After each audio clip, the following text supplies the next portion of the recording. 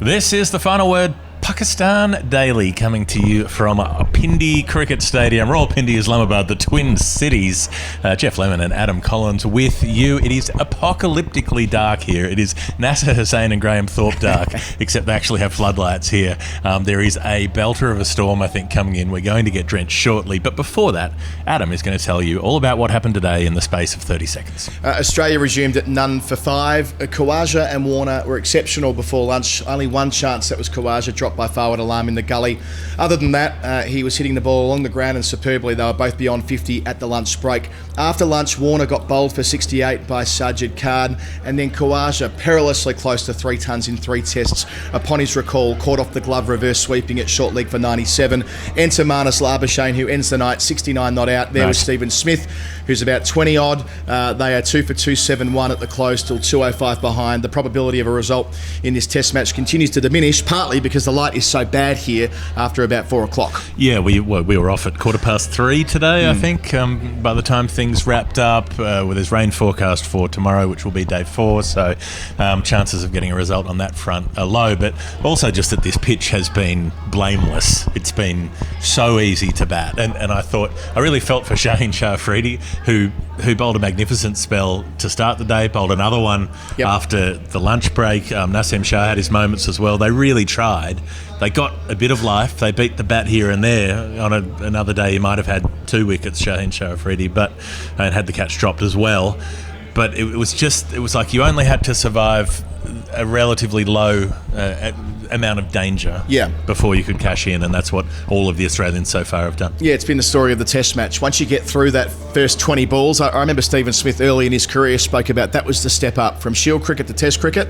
The first 20 balls, not the first 5 or 10, 20, any of them could have your number on it. When you're through that, the game changes, and so it's been for all the top flight batsmen in this test match so far, especially Khawaja. Mind you, Khawaja raced to 40. He had that chance on 22, but really he was in top gear early on. He left Warner for dead. Warner did catch up just before lunch. I think it was 70 and 60 respectively with Khawaja in the lead, but yeah, it was Khawaja who set the tone, drove splendidly, pulled really well.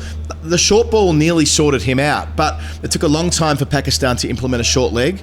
I don't know why that was the case, with both Naseem and Shaheen getting the ball up around the throat. A couple of times Warner got caught on the glove, and at one stage Khawaja was pulling a ball he could barely see. You should have someone under the lid, but it's out of fashion, and in turn we didn't see it until it was kind of too late, when the ball was already a bit softer. And we know from even day one that once the ball gets soft, your seamers take a very different role, and it's not about the fear factor anymore, it's about trying to dry it up. I'm sure as well that people will be critical of Usman Khawaja for getting out to a reverse sweep, gloved it up to short leg. Remember how well he reverse swept the ball in 2018 in Dubai? 21 reverse sweeps I think he played in that innings and nailed them all.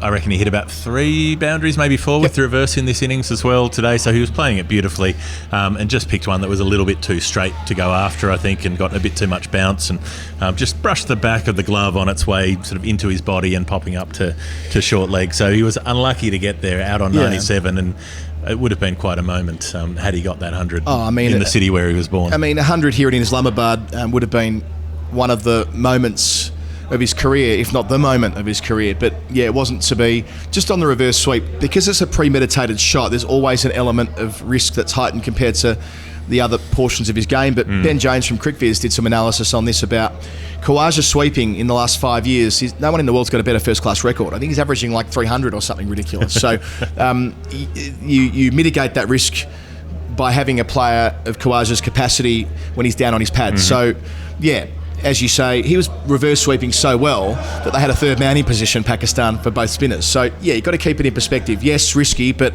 the game has moved on from when Mike Gatting was reverse sweeping in the '87 World Cup final here. I say here, by the way, in the subcontinent, not in Pakistan. Not literally here. Not on this balcony where we're recording this show. David Warner, let's chat about that 68 that he made. That felt important. I mean, maybe this is weird, but I get a little bit nervous when David Warner comes out to bat these days, because there's this hint of fragility about his game at times. He's not the same sort of indomitable force that he once was, and his record away from home, people get stuck into that all the time. obviously pretty easy batting conditions here, but it still felt important that he come out and make a decent score rather than come out and start the series poorly, and then maybe that has an ongoing effect. Whereas he started cautiously, as you say. Khawaja was 40 at nearly a run a ball. Warner off 40 balls was about 10. Yep.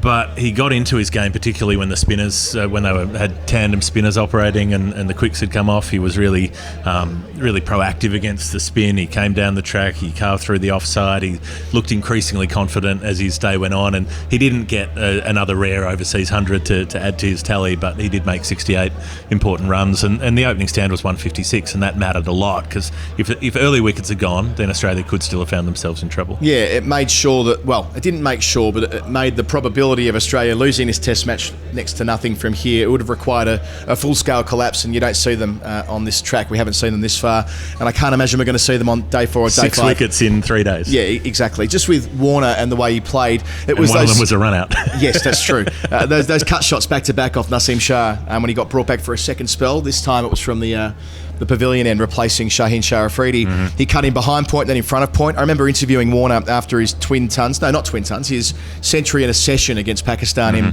2017, and he said that the way his game evolved between the first century in a session back in 2012 and the second 5 years on was the way that he could ping boundaries to point in complete control without bringing the cordon into play, and that's what that felt like. And then the spinners came on, especially Iftikhar, who he took to just before the lunch break, and even to an extent Numan Ali, who I mean, he came back and got Khawaja's wicket, but Warner was the one who upped the tempo at that juncture. Again, I agree with you. It was important that he started the series well, and he has. The other thing that I noticed was just how much almost everything was behind square for both players. They were sort of dabbing and late cutting and so on. Even Labuschagne and Smith, when they came in, were doing the same sort of thing. Like there was barely a boundary scored in front of square on either side of the wicket. Lots of dabs, a few edges as well off Shaheen Shah Afridi, particularly past slip that they got away with. Sweeps, paddle sweeps, fine. Reverses, fine. Everything was behind the wicket.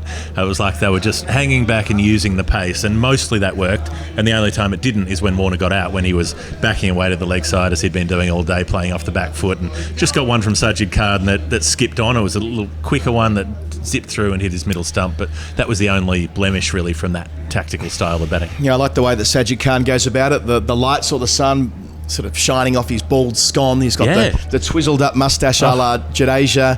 The head is so shiny. Yes. Like you're sitting up here on the balcony 80 metres away and it's just beaming at you like a satellite reflecting its light back down to earth. And he did have the ability to get the old one to kick on, straight on. Not many though. I like the way that Warner went back and played off the back foot for the most part, and Khawaja.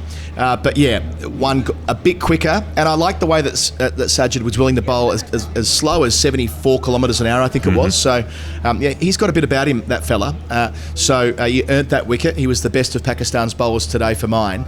And as for Labuschagne, I love the way he went so deep in the crease again, back foot play, to deftly touch the ball. I say he barely struck it. Just placed the ball off the middle of the bat a couple of times down to the rope at this end.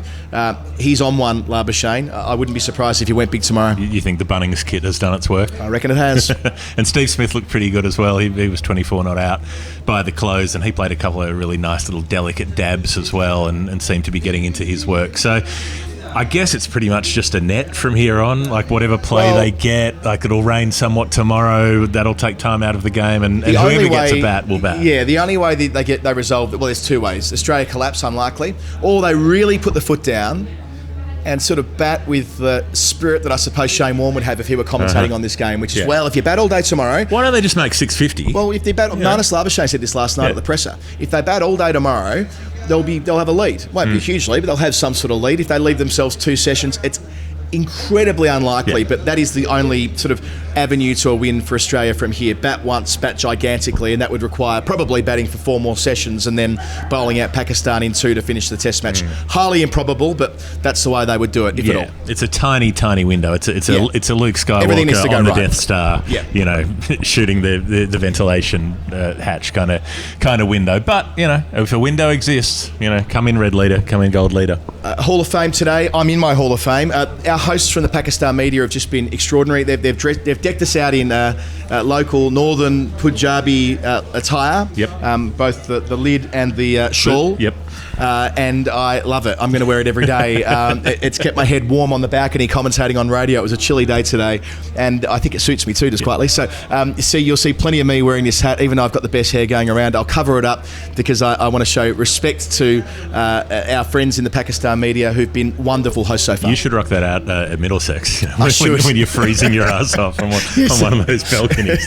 Keep yourself warm there. My Hall of Fame was just how much David Warner was enjoying himself out there today. He was loving it, and he got a short ball barrage from Naseem Shah, and he doesn't love the short quick stuff anymore, David Warner, but he enjoys the challenge still. And there was just a moment when Naseem Shah hit him in the shoulder and then came down, did the big come down the pitch and have a glare, and Warner just sort of smiled brightly at him and then bent down and picked up the ball and handed it back to the bowler.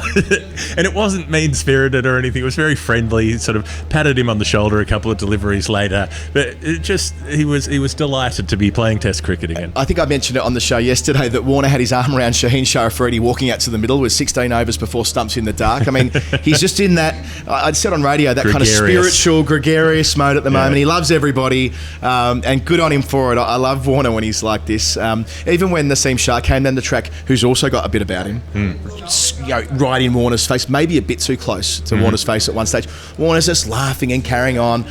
He's going to have a fun series in Pakistan, especially opening the batting with Usman Khawaja. We didn't quite touch on that in the summary, but these guys have barely done this job together, and looking forward to seeing how they do it over the next little while. Our video's cut out, Geoff, which is probably a sign that we should end the podcast. Yeah, hey? How's about that? I think so. I think we should. This has been The Final Word, Pakistan Daily.